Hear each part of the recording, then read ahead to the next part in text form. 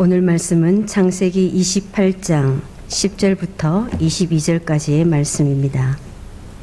한 절씩 교독하겠습니다. 야곱이 브엘세바에서 떠나 하란으로 향하여 가더니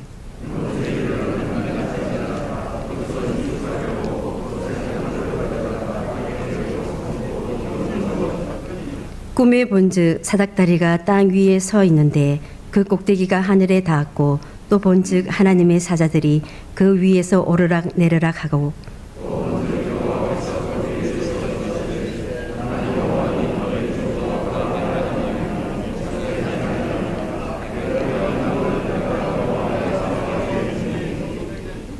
내 자손이 땅에 티끌같이 되어 내가 서쪽과 동쪽과 북쪽과 남쪽으로 퍼져나갈지며 땅의 모든 족속이 너와 내 자손으로 말미암아 복을 받으리라.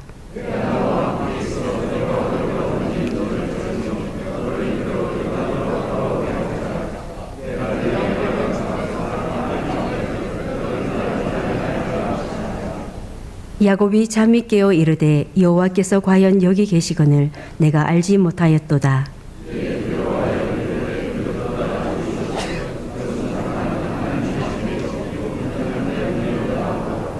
야곱이 아침에 일찍 일어나 베개로 삼았던 돌을 가져다가 기둥으로 세우고 그 위에 기름을 붓고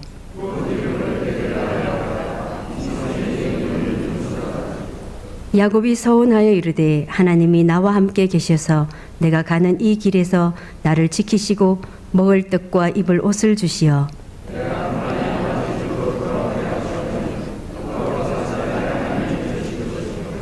내가 기둥으로 세운 이 돌이 하나님의 집이 될 것이요 하나님께서 내게 주신 모든 것에서 10분의 1을 내가 반드시 하나님께 드리겠나이다 하였더라.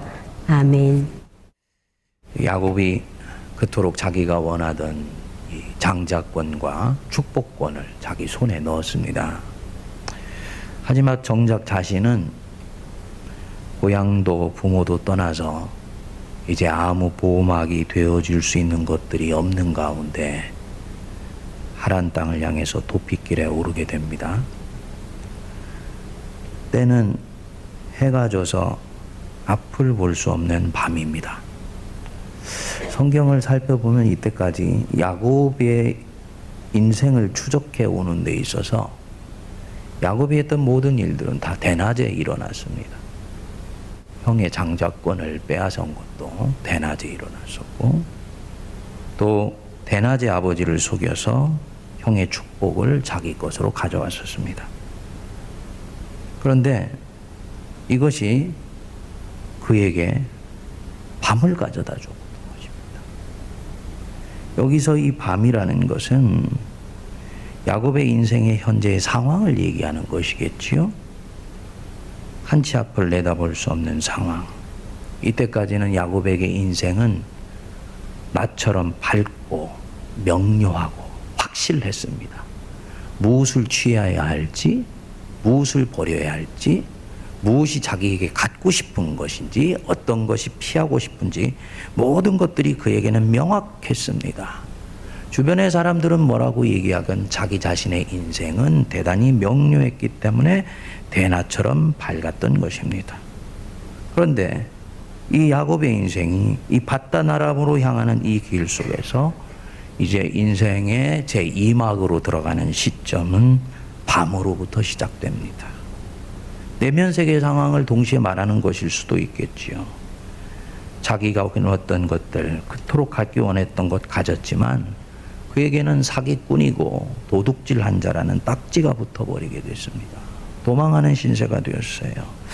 얼마나 외롭고 쓸쓸했을까요? 사랑하는 어머니 리브가의 품을 떠날 수밖에 없었다는 것. 또 얼마나 혼란스러웠을까요?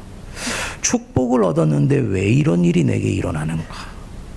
축복을 얻었는데 왜 일이 이렇게 풀려나가야 되는 것인가? 대단히 정신적으로도 혼란스러운 상황이었을 것입니다.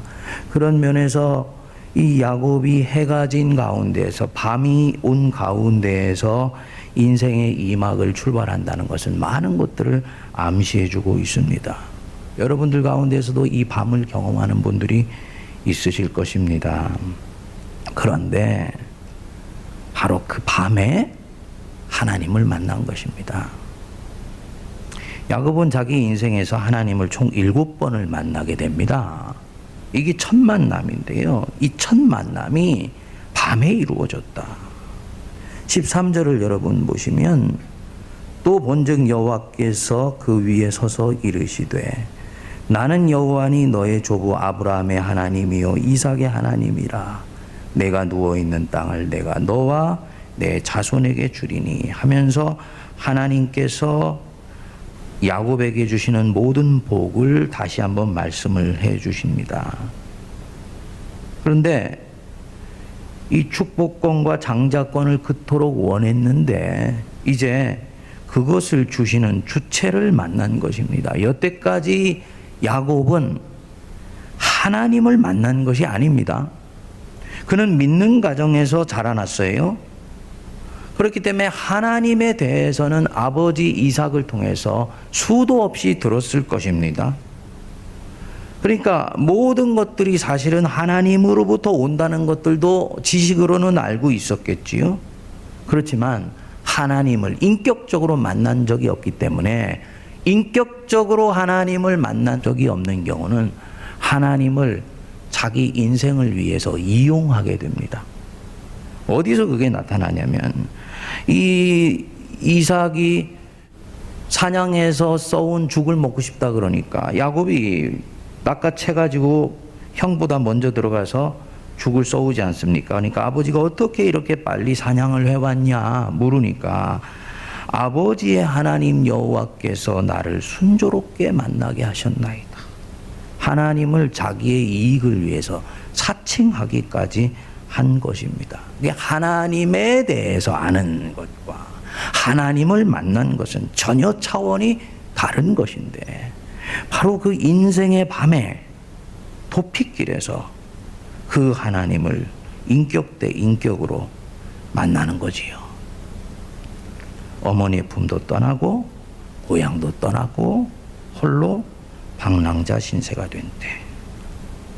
성경에 보시면 12절에 꿈에 본즉 사닥다리가 땅 위에 서 있는데, 그리고 또 13절에도 보면 같은 단어가 반복되지요. 뭐라 그랬습니까? 또 본즉. 왜 성경은 야곱이 하나님을 지금 보고 있다는 것을 이렇게 두 차례 걸쳐서 반복해서 주목할까요? 야곱이 하나님을 보았다. 생각해 보십시오. 여태까지는 하나님이 이 야곱 옆에 안 계시다가 지금 이 영적으로 인생의 어두운 밤이 찾아온 시간에만 기습적으로 찾아오신 것입니까? 아니겠지요. 하나님은 이전에도 야곱을 찾아왔을 거예요. 당신이 야곱의 하나님이라는 것을 알리시기 위해서 찾아오셨겠죠. 그러나 이 야곱은 그때는 하나님을 보지를 못하는 것입니다. 왜? 다른 것에 시선 빼앗겨 있으니까. 장자권의 시선 빼앗겨 있고, 축복의 시선 빼앗겨 있고, 어머니 리브가의 따뜻한 사랑의 시선을 빼앗겨 있고, 아버지의 재산이 주는 풍요로움의 시선이 빼앗겨 있는 거예요. 그래서 하나님을 볼 수가 없습니다. 여러분, 이 부분은 굉장히 중요한 부분입니다. 하나님을 볼 수 있어야 돼요. 이 야곱이 그 하나님을 이때까지 놓쳐버렸던 것입니다. 그런데 이상하지요. 이런 것들을 다 떠나버리게 되니까. 자기가 떠난 것 아니에요. 그렇죠? 강제로 박탈당했어요. 강제로 박탈당했는데 오히려 이것이 축복 중에 축복이 되어서 자기를 찾아오신 하나님을 볼 수 있게 되었던 것입니다. 하나님의 음성을 처음으로 인간의 음성보다 더 진지하게 들을 수 있는 자리에 있게 되었습니다. 하나님을 이렇게 만나게 되니까 11절에는 한 돌을 가져다가 베개로 삼고 거기 누워 자더니 세상에서 이 세상에 있는 고생은 혼자 다 하는 사람처럼 궁상을 떨고 있는 모습으로 이 야곱을 묘사했는데 하나님을 그 자리에서 만나니까 17절에 이에 두려워하여 이르되 두렵도다. 이곳이요 이것은 다름 아닌 뭐라고요? 하나님의 집이요 이는 하늘의 문이로다. 인간적으로는 돌베개에 베고 누워 자는 아주 처량하면서 불쌍한 신세처럼 보이지만 살아계신 만군의 하나님 여호와를 그 자리에서 만나면요 그곳은 하나님의 집이요 하늘로 인생이 솟구쳐가는 입구가 되는 것입니다. 믿으시기 바랍니다. 우리가 이 은혜를 경험해야 돼요. 오늘날 우리 현대교인들이 하나님에게 시선을 고정하지 못하고 다른 것에 시선을 빼앗기는 경우들이 너무너무나 많아요. 우리가 가지고 있는 이 풍요로움이 하나님 말고도 의지할 것들이 너무 많게 만들어져 버려서 결국은 하나님을 놓쳐버리는, 그래서 다른 모든 것들을 손에 쥐었지만 그 인생의 내면은 항상 돌베개 베고 자는 처량한 신세처럼 되어버리는 경우들이 대단히 많이 있지요. 하나님 우리가 다시 만나고 바라볼 수 있게 되기를 바랍니다. 이 하나님과 야곱의 대면을 묵상하면서 참으로 은혜가 되는 것은요, 이 하나님이 이 야곱을 축복을 이렇게 선포하시는데 12절부터 15절까지 이렇게 쭉 보면 하나님이 이 야곱을 아무렇지도 않게 대합니다. 제가 새벽에 묵상하면서 놀란 부분이 이 부분이었어요. 마치 의인된 삶을 살았던 아브라함이나 이삭을 대하듯이 지금 야곱에게 복을 내리시고 있지 않습니까? 세 가지 약속을 하십니다. 이 땅을 너와 네 자손에게 주리라. 두 번째로는 땅의 모든 족속이 너로 말미암아 복을 받으리라. 세 번째로는 너를 절대로 떠나지 아니하며 버리지 아니하리라. 그래서 네게 허락한 것을 다 이루리라. 근데 이 야곱이 지금 누굽니까? 지금 야곱이 뭐 하다가 이 자리로 와 있나요? 하나님을 위해서 고난을 받다가 악인들에게 내몰려서 지금 이 자리에 와 있지 않잖아요. 지금 이게 다윗 같은 처지가 아니거든요.